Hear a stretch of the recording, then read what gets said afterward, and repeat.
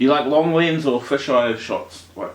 Depends on the trick. Okay. It really depends on the trick. So my theory with skate photography and videography as well is you should always be trying to make the trick look as gnarly as possible. Like a really good photographer will make the trick look gnarlier than it actually is. Yeah. You know, and a lot of that is to, especially, so if you're on a small to medium rail, then it should be fisheye, depending on the trick, you know. I don't, sorry, I got itchy nose. I don't really, I mean, there's a place for arty shots, and that's all good, but it's not really my cup of tea. I want to see the gnarly shit. I want to see a good composition. That includes them filming too. I want to see where they're coming from, and where they're going to.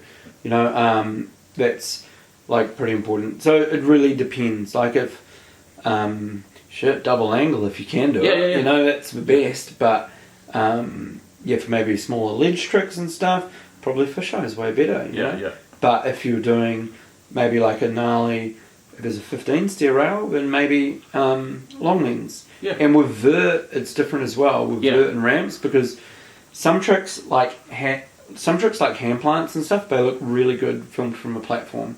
But the flip side of that is that using a fisheye on vert filmed from a platform, you can end up making it look like a mini ramp. Like, because it skews the background and it doesn't give you a proper perspective. Whereas filming from the side with a long lens, there's no hiding how high the ramp is. And you should be showing and making it look gnarly, because it is gnarly, you know? So that different for different things and different tricks. Okay, fair enough. Cool, bro. Alright, I was going to ask you a bit more about your sponsors. Who are some of your sponsors that you got on when you came up and you were getting flow from? Like that? So how many did you have, or who were they? Holy wow, dude. Okay, I'll need to think, but I'll start from basically the start. So my first kind of like sponsor, which was kind of like a half sponsor, I wasn't really sponsored by them, but you know, I'd do a bit of work in their canteen and stuff, and I got a free t-shirt here and there, was the Skate Pit. Okay. So that was the first kind of at all sort of hookup I sort of had. Not really sure whether I was actually on the team, but I definitely spent the majority of my childhood there, and so... Is that where they held like nationals and stuff? The old indoor skate park. And then... I'm trying to remember, like I think I won the New Zealand Junior Nationals on like a road trip that I did with Peter Carney and I think a couple of dudes from the boardroom, like Chris Sharland and Jeremy Tavendale and some of those other guys I was mentioning before. And we went up to Auckland and we did a road trip to the Vic Oriental markets, and it was funny, like it was me and Bjorn Johnson like battling it out. Really? And and I got him that year. I mean, he went on to he was better, but he always was better than me, dude. I'll be honest, he was better than me, man. He was like, he always was. Pretty good. But somehow in comps I could pull it off.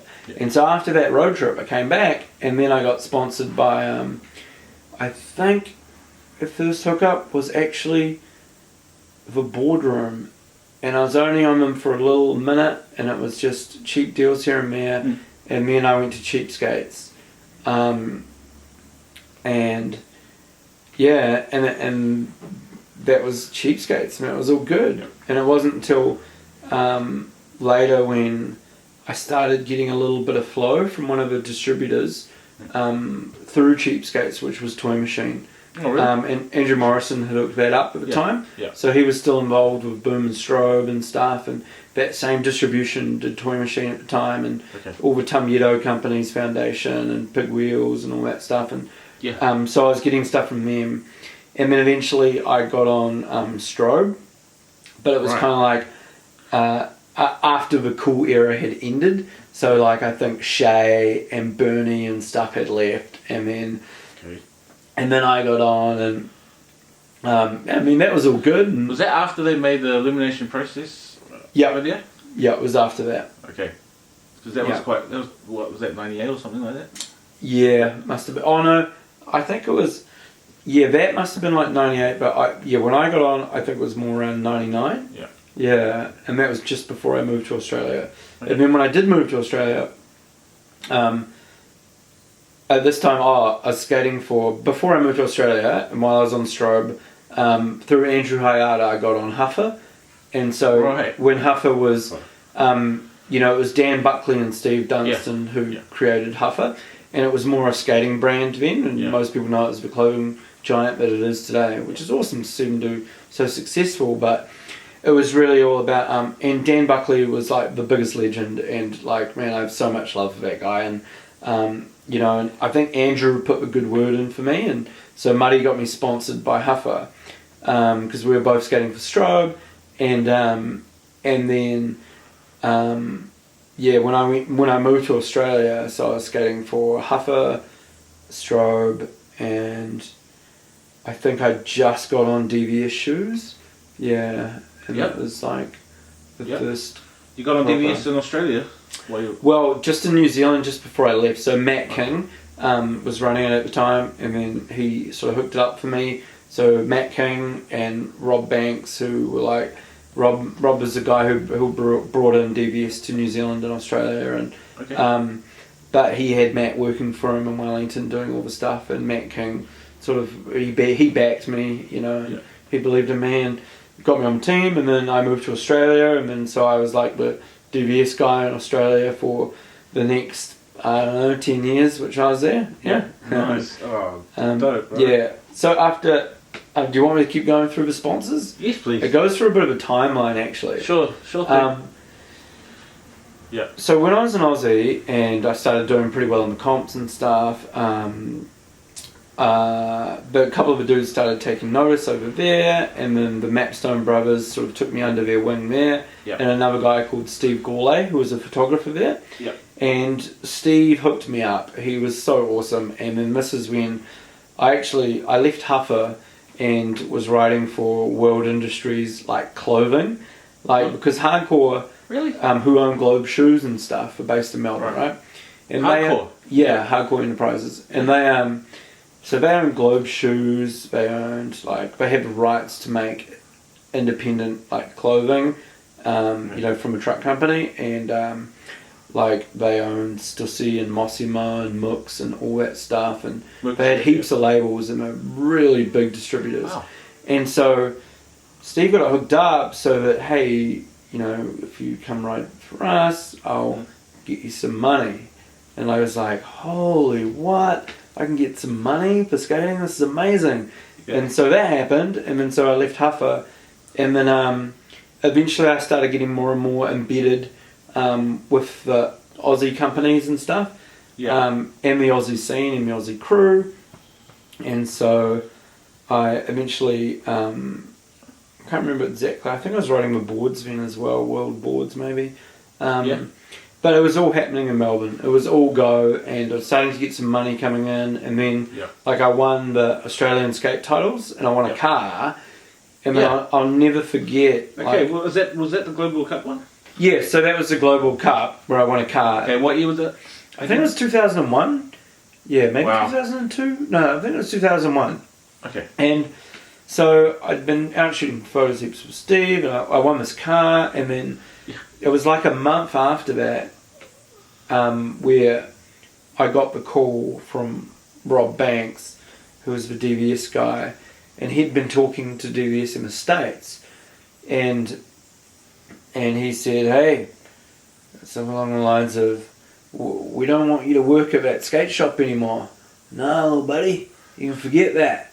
You're getting on the international amateur team, and we're going to pay you. And at this time, there was I'd get $500 US a month from DVS. Okay. And I was like, holy smokes, this is that $500 US in the year 2000 was double that in Australia. So it was, $1,000 a month. And I was like, whoa, sick. And then so I stopped working at Jet Skates. Okay. And I was, at the time in Melbourne, I was living in a corridor underneath some stairs at a mate's house. I didn't have anywhere to live at the time. I was bouncing between places. Right. And I was with, my old mates. I was with Caleb Wormsley and this chick Asher who used to skate a bit as well. Okay. And I can't remember the other dude, but I was living at their house, and then it wasn't long after that where I moved into a proper house with my buddy Kim, and then had my own room, and then won that car, and then I'd never had over $1,000 in the bank before. I'd never had over $1,000 in the bank before. Wow. You know, I'm 20 years old, and I won this car. And I'm like, this is. It wasn't just any old car, too. No, what was it? Dude, it was a XR8 Ute, fully pimped out with independent logos all over it, and it was a manual V8 Ute, and it was like a year 2000. Yeah. And I'd never had over $1,000 in the bank, and like I didn't have much money coming in. I couldn't even afford the insurance on this thing. Yeah. So when I was at the comp, and I won it, and you know Ford sponsored that comp that year, and there was a guy from the Ford dealership at the comp, and he said to me, "Hey, if you want to sell your car, here's my card."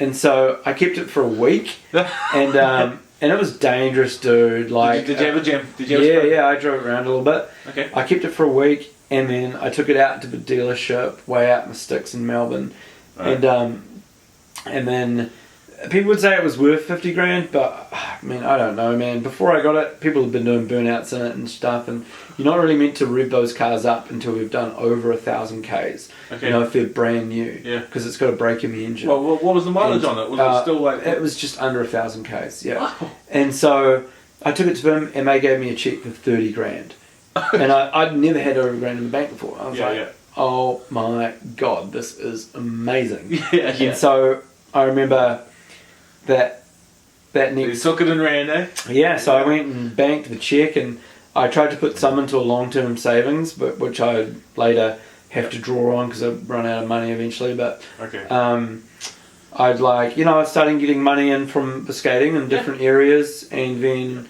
I went and did like a trip round. I went to Slam City Jam in Canada, and then I went to the States for 3 months, and then I went and did the Europe circuit. So I went to Switzerland, Prague, Germany, and competed in the comps over there. And nice. Yeah. Okay. France and Italy as well. And it was pretty cool. Awesome. Yeah. And then I'd slowly started getting stuff which I'd never had. You know, like I brought a new bed. You know, I'd never had a proper bed of my own, aside from my parents' one in Karora. You know, like as an adult, I'd never had my own proper bed and stuff. And and then.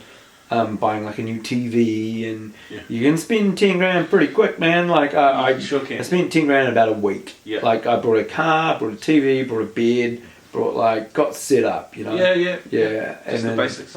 Yeah, man. Just shit I didn't have. You know. I mean, especially as well when you're moving countries. Yeah. You know, you can't take that much stuff with you. So what do you have? You have a suitcase full of shit, and that's it. Yeah. Yeah. And so I started fully getting set up in Melbourne, and then travelled with a lot of the money too. Yep. So that year, the Global Cup, I must have, I'd sold the car for $30,000 or whatever. Yep. But I also, I won a lot of contests that year. Like I think I cleared close to $60,000 I made on contests that year. Okay, what were those? There were a lot in Melbourne, and there were a lot of ones for just like $1,000 here, $1,000 there. Another one was for like $5,000, and then like there was random stuff. And then when I went to Europe as well that year, like I did really well. I remember going to, I think it was that year, like I went to Marina del Riviera in Bologna in Italy, and they had a best trick comp there called Slam Trick. Okay. And I was lucky enough to get invited by this guy Nilo to go over there, and I remember like one of the judges who had an Italian wife at the time, he was from Melbourne. This guy Anton Jada, I'm pretty sure, and he was a real sick skater from Melbourne. Okay. And so I think he gave me a few bonus points, but I got third, and that started off my trip with like another 1,000 euros for bonus for getting third. Oh, yeah. And I was like, sick. And there was something else that year, like another comp in Switzerland, the Grand Prix of Skateboarding, they called it, and I won maybe 6,000 Swiss francs for getting 7th. This was in like the Global Cup skateboarding days and big money. They're pretty generous, aren't they? Yeah, bro. They were real good. Well, first place was like 10 grand US, like that kind of thing. Wow. These were big money contests. Yeah. And it was crazy because I got 7th and Koston got 8th at that contest. So that was like, it was, I couldn't believe I beat Koston. I mean, he's not a big comp skater, you know. He's not like a McCrank or like a, you know, one of those guys. And it was like him on his worst day and me on my best day. But I was like stoked to be at this comp. Nice. And doing it with those guys and skating with a lot of those pros and stuff. And but Melbourne was really good. They had a lot of contests, a lot of money for them. Yeah.